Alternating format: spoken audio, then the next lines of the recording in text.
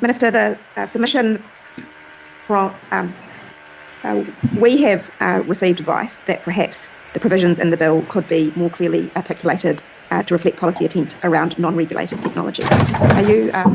Are you open to having feedback from the committee on that area? Yes. Thank you. Well, we've heard about some of the advances in healthcare. What are some of the other examples, maybe more broadly, and what are the economic benefits that New Zealand could reap?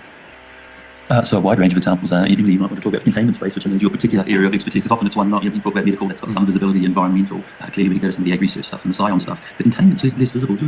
So some of the research, precision biomanufacturing, for instance, where yeasts or other organisms are engineered to produce proteins of value. So the output of that process is a valuable protein, for instance. Some of we currently are under significant volume restrictions around that, even when it takes place in containment, and that really curtails activity. We've examples, perhaps the Daisy Lab startup in Auckland in this area, who that has been a huge barrier to success of as well. So there's a whole range of technologies that have come on board, which there are barriers which are disproportionate to risk that this bill is trying to address.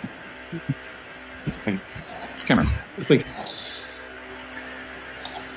So what do you think about Ayesha's? Could you say it was a point of order? I kind of missed the question, but what I'm just sort of seething at the moment is that the barriers are disproportionate to the risk. And that sort of made smoke puff out of my ears. But what I missed, it's sometimes a little bit hard to pick up when that's a bit fast, so I missed her question.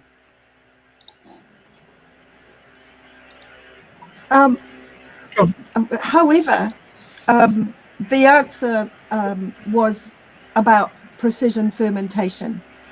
As Lisa said before, that is all contained. But there is a problem of the microbes that are used in precision precision growing. It's all in a vat. How do you dispose of them? And there does seem to be very little, how would you call it, safety or even understanding of how they're going to dispose safely of these microorganisms and what happens if they get into the environment. The other thing is if you are a milk person, if you drink milk, when you have milk, you have a whole product of really good proteins, fats, whatever, right? However, the Daisy Lab is only producing one milk protein at a time, and it has to be added into, say, infant formula or something to make it a better protein. So in a way, precision fermentation is only creating one protein at a time. It's highly expensive. It's dangerous because we don't know how they're going to dispose of their microbes. And vat fermentation actually is rife with bacterial contamination.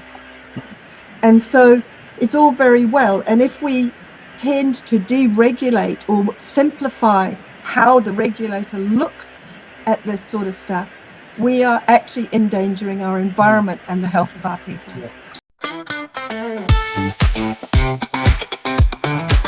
Thanks for watching.